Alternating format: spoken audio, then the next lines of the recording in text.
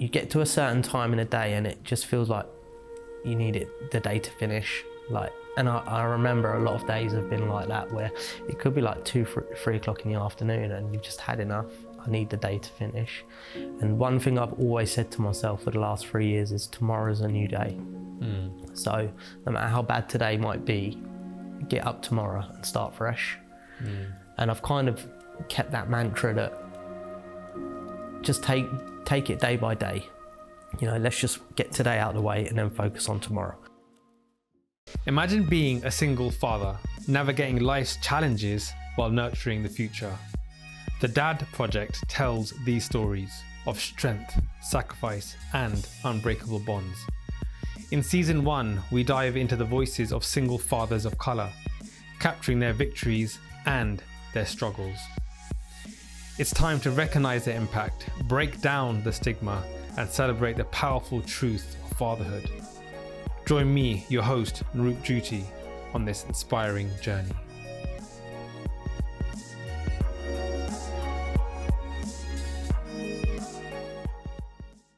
Kiran, thanks so much for coming down today and being part of our Dad Project. It's a real pleasure to have you here. We talked a little bit on the phone and your story is really inspiring. Tell me a little bit about your journey as a single dad. Thanks for having me. It's a pleasure to be here. So the journey kind of started around 3 years ago. Me and my ex-wife separated and we decided to go our separate ways. And I had to almost start again, a new property.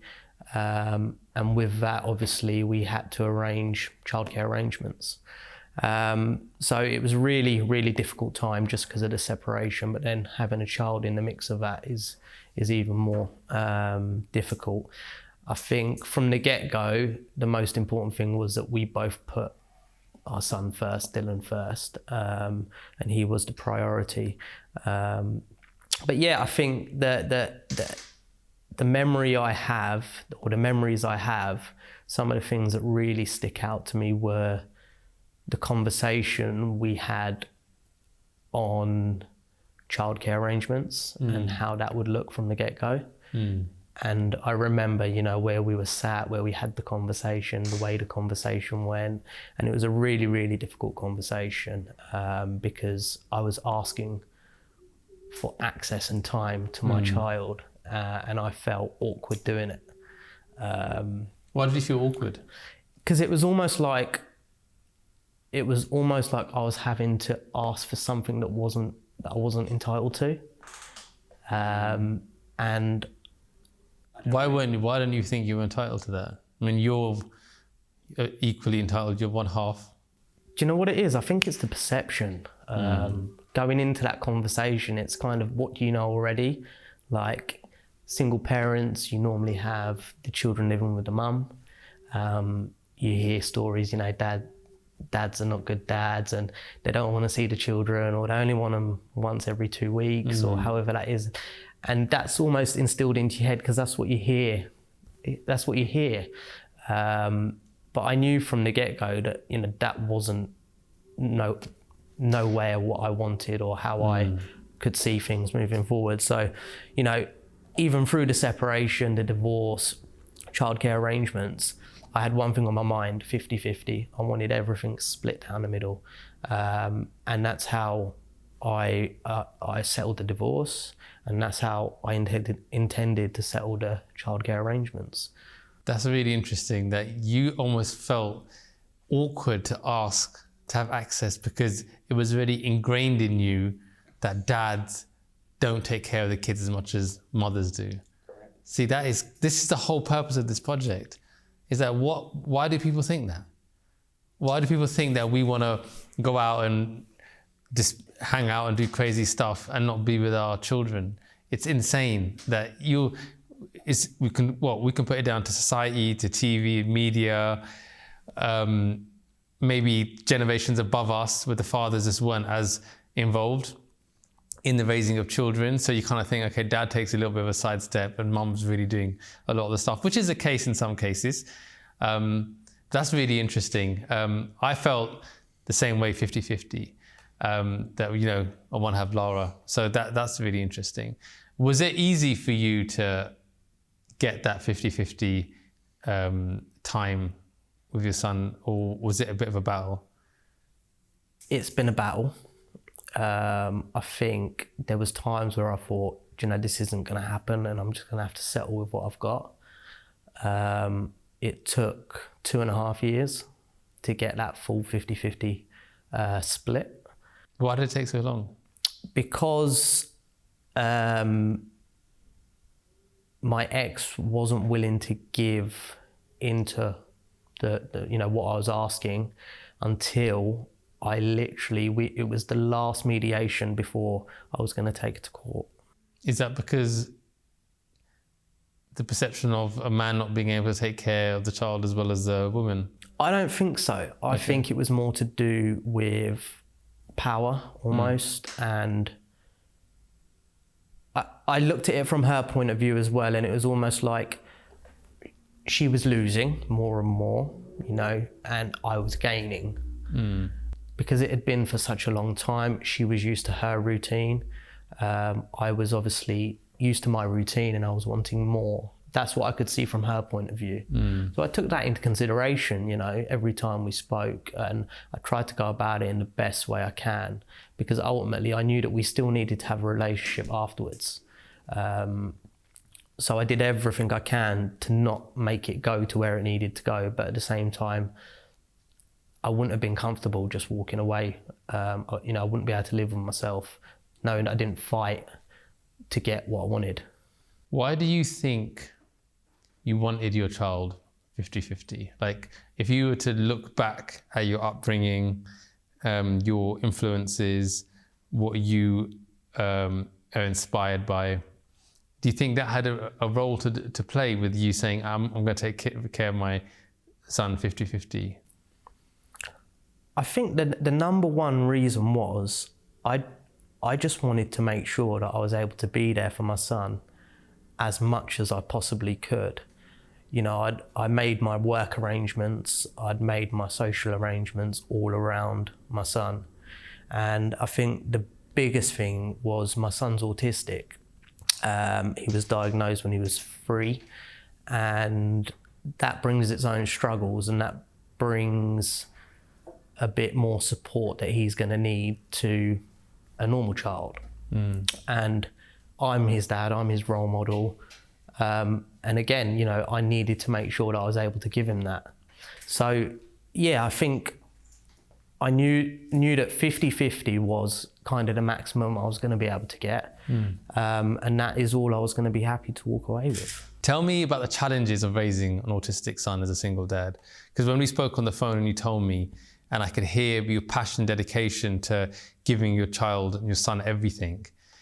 And I can't relate to raising an autistic child. I don't actually know what the struggles are, but you were telling me some of them, and I really felt for you, because I know being a single dad is challenging as enough as it is. Having, to deal with your son and the challenges he faces, it does put more pressure on you, doesn't it? 100%. And you have to have more strength. Can you talk to me about some of those challenges, some of the difficulties you face, and how you've learned to deal with all those challenges? Absolutely, yeah, absolutely. So I, like you, I didn't really have no knowledge on the disability until he was diagnosed. And kind of from then, we went on a journey of kind of self-educating ourselves to really understand it. And that was one thing that we both really took really seriously and passionately. We went on numerous courses, numerous weekly activities that he had to go on, and I was always there at the forefront. I'd make sure it was on my days off so I could attend everything.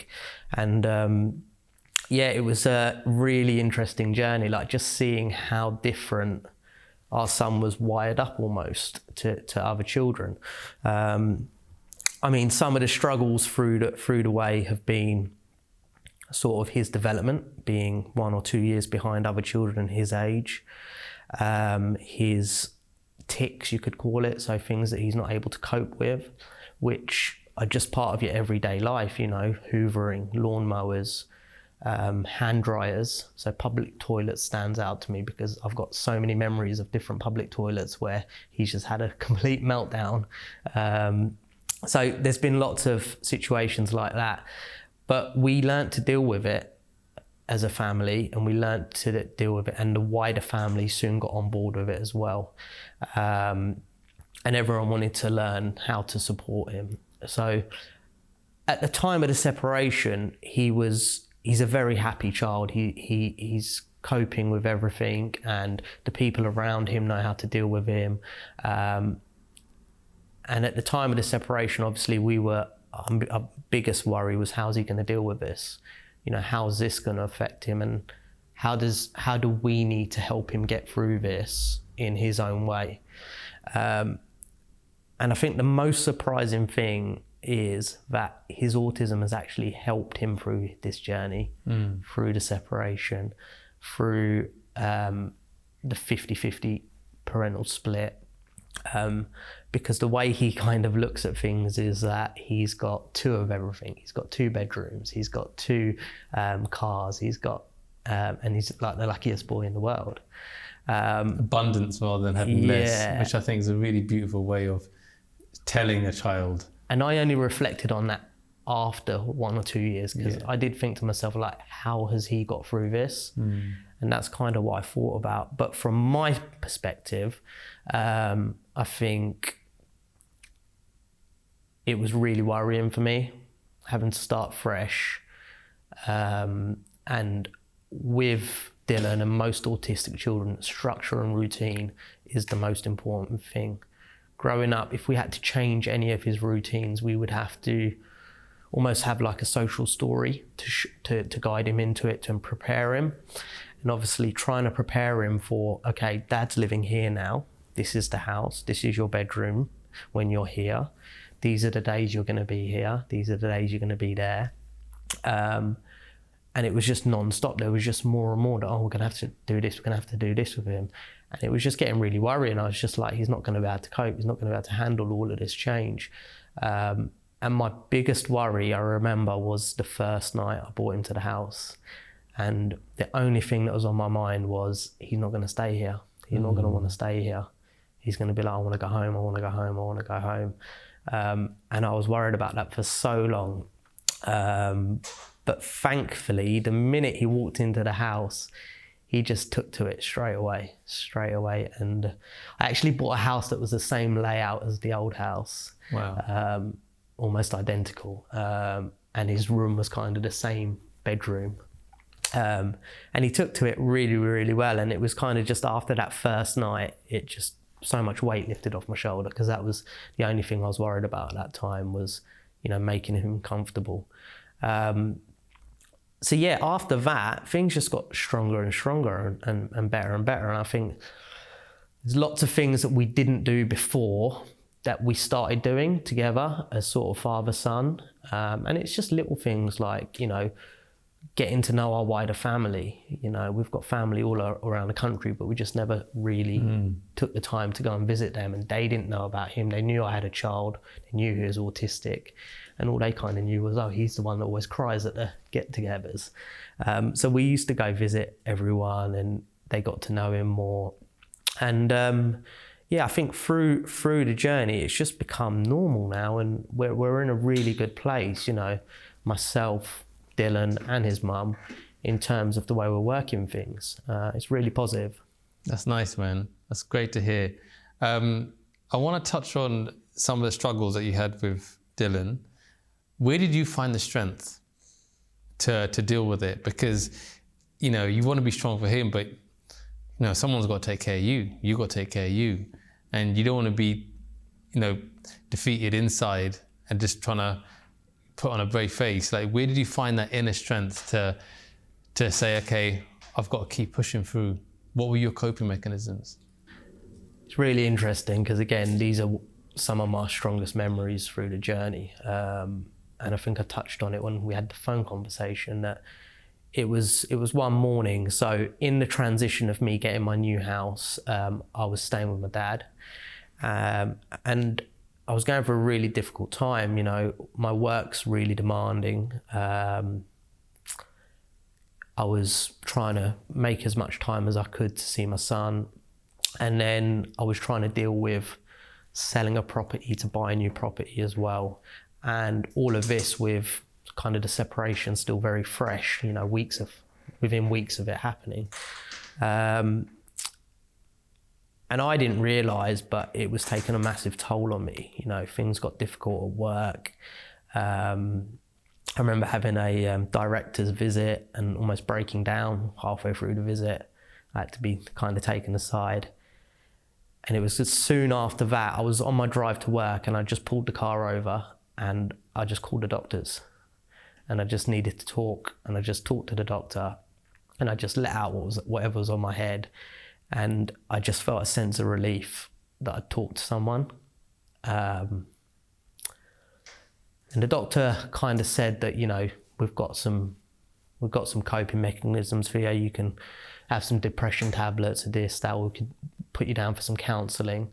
And I just thought, do you know what? I've never even thought about any of this stuff before. I was like, that's not me. I don't need none of that. I had to think about it, and I ended up going for some counselling, and that really, really helped me. I felt I had a lot inside that I needed to let out and talk about. So I think step one, the biggest coping mechanism was talking. For some people, that might sound a bit silly, that it's easy to do, but for me it wasn't. I'd realised that for the last 10, 15 years, I'd just held everything in. I'd just not talked about my feelings. And the outcome of that was, it was just bringing me down. So that was definitely one of the first coping mechanisms. And I think through that, it channeled a lot of other stuff. So through kind of the therapy, we realised that there was a lot of things in my life that I'd closed the door on, that were actually things that were really positive for me. So we looked at sort of sports and activities and, you know, playing golf and little things like that, that I really like to do. We looked at kind of visiting family and getting in touch with family that I've not spoken to in a long time. And then I think alongside that was kind of health and fitness and well-being. And I kind of realised that I need to be the best version of myself before I can help my son. I need to be happy. I need to be selfish. I need to take care of myself. And that's what I did from that morning. I just completely just refocused my energy onto myself. My work started going better. I started getting, you know, better feedback at work, and they were also supporting me because I was talking to them about what I was going through and, you know, what I'm doing. So I had the support from my work, I had the support from my family because they could see that I was doing the right things and they could see that I was helping myself. Yeah, things were going in the right direction. So yeah, health and fitness was one, and then just things like cooking and stuff like that I enjoyed doing, just doing more of it. Then I could see the effect that was having on Dylan, because then the time I was with him was a lot more positive. We were doing a lot more positive stuff. We were going for walks, parks, swimming, everything that he likes, but stuff that I liked as well. And that made the difference. And then it was just about continuing that and bringing that into my weekly routine, my daily routine. And that's kind of what we've done, you know. It's been 3 years now and we're still doing all the stuff I've been talking to you about. We're still doing it. One thing I thought that was really interesting that you said is how you became more open, and how you had 15 years of emotions that you hadn't let out. Every dad I've spoken to has said they've become more open about their emotions and their feelings as a consequence of what they've gone through. And every dad I meet who's a single dad, who I consider an inspiring father, are open, and they talk about stuff so freely and easily. And I just think it's this sense of when you're hit with this disaster of life just shattering and that wound, it opens you up in a way that probably nothing else in life could open you that way, because you've got no choice to heal apart from letting it all out, because you can't heal if it's all in there. Correct. And every man who's gone through that journey of recovery, healing, finding themselves, becoming positive, has had to let it all out. Because if they're still in there, they haven't made that positive transition. So that's really, and I never even realized that until I started chatting to these dads, because I'm very open. I'm like, okay, so this is one quality that's exactly the same that these fathers have come out. And they've said, okay, I have to refine myself. Like, I'm sure you can probably say you're a different man now than you were before. 100%. Probably in a lot of positive ways. And you've probably grown and become stronger in ways that you never thought you could. I mean, I consider myself an example of that. I'm a different man than before. How would you say you have changed? You've talked about your sports, seeing family. What other ways have you changed from Kiran pre-separation to now Kiran single dad? I think the biggest noticeable thing that I can see is I just don't take things as serious no more. You know, at the end of the day, what's going to happen is going to happen. And what I've learned is I can deal with a lot more than I give myself credit for. And, you know, I just try to enjoy the moments in life. You know, whether how small they are or big they are, if there's something that I would like to do or something that I'd like me and Dylan to do, we'll really make the most of it and put the energy into it. So yeah, not taking things so seriously. I think other than that, really just trying to be happy a lot more, you know, just trying to, a lot of the days in the last 3 years,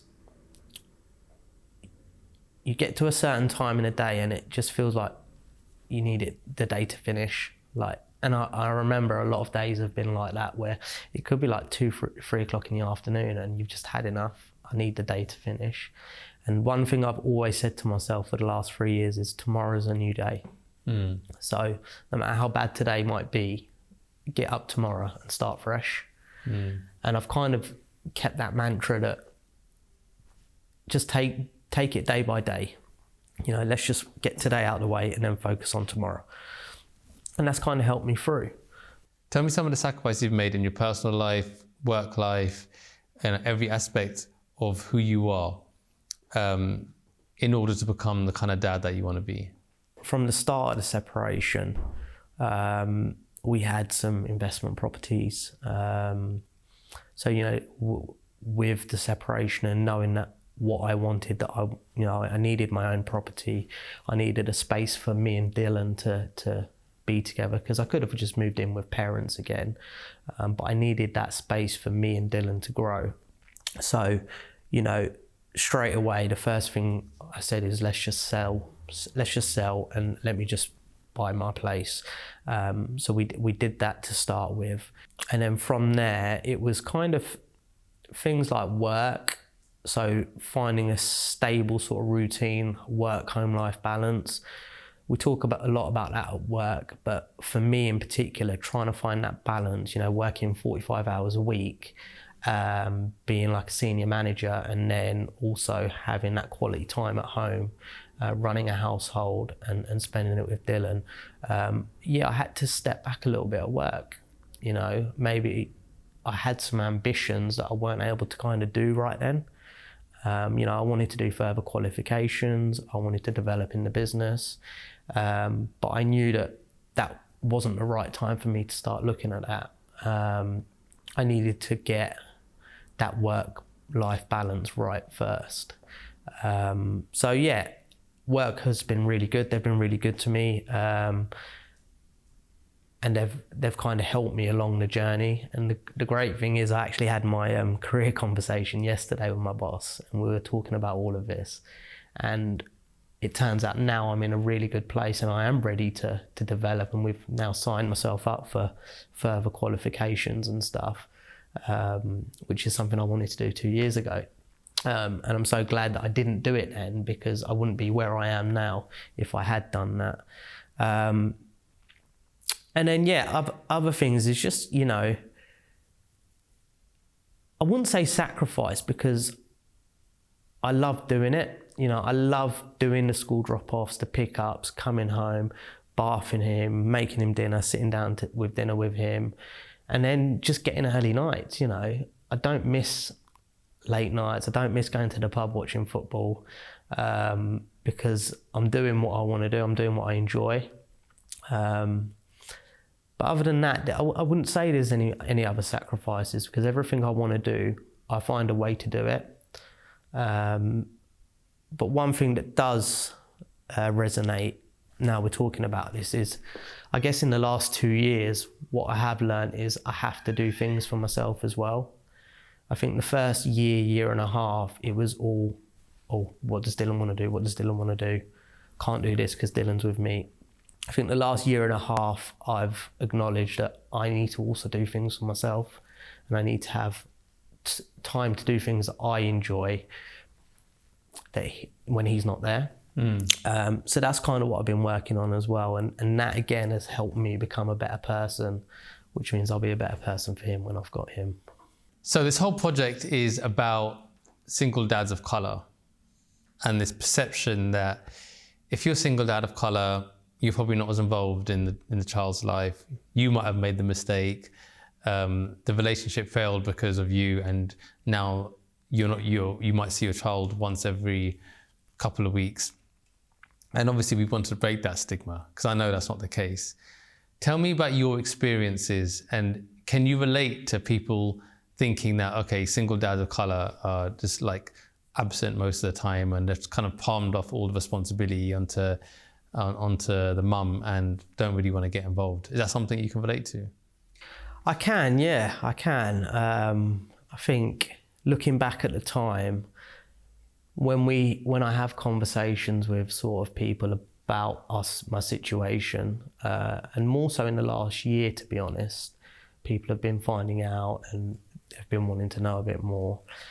I think it's really funny seeing their face when I tell them my arrangement, and they're like, oh really, you have him 50% of the time?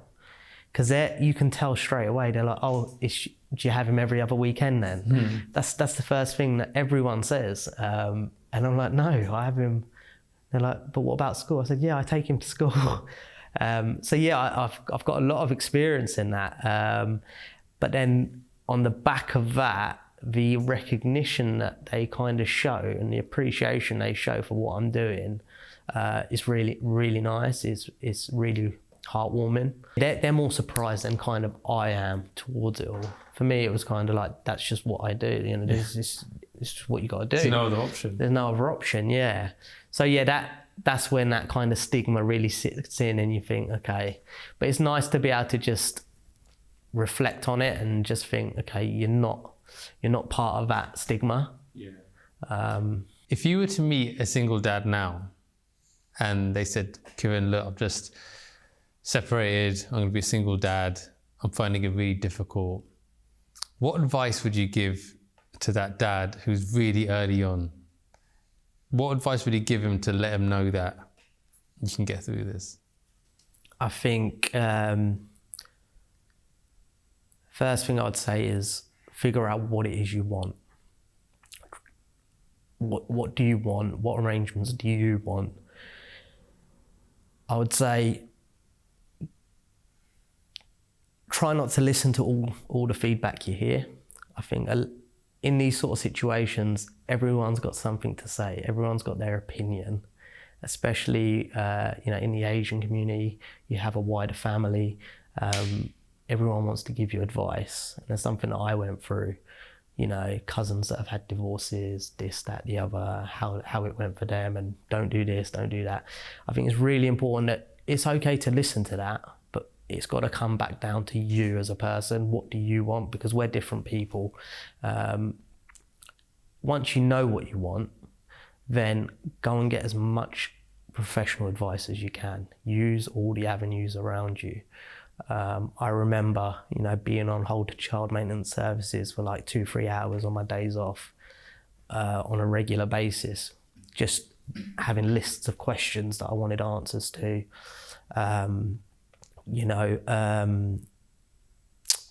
Just go and get as much advice on the situation as possible. Self-educate yourself so that when you are having the conversations, the mediations, you're fully educated on what you've got to say and what you want. and you're more confident that you can get it then because you know that you're entitled to it. Try and stay positive. Try and be the best version of yourself. You know, recognize where you are at the minute and where you want to be, and just have positive things going for yourself in your life. You know, everyone's got different things. It could be, you know, some people like martial arts, some people like football, some people like watching movies. Find those things and do that, because that's going to make you a better person. And give it time. You know, give it time, because it does take time. It's a long journey. Yeah. And keep fighting. Thanks, man. Kiran, having you here today has been really inspiring. I can see you've really constructed your life together in a way that you can make time for your son and you can make time for yourself. And you've got a lot of positive advice, very practical advice, which is nice, because I tend to speak all about heart and like, you got to do something, think about this. Whereas practical advice is something I think you've given us some amazing tips there. So we're going to get your shoot done now. First time having a shoot done? It is, yeah. Yeah, man. So get a shoot done. But thanks so much for coming down, bro. It's been a real pleasure to meet you, and great to see how confident and how well you're doing in your life. Thank you. Amazing, man. Cheers. Thank you so much, bro.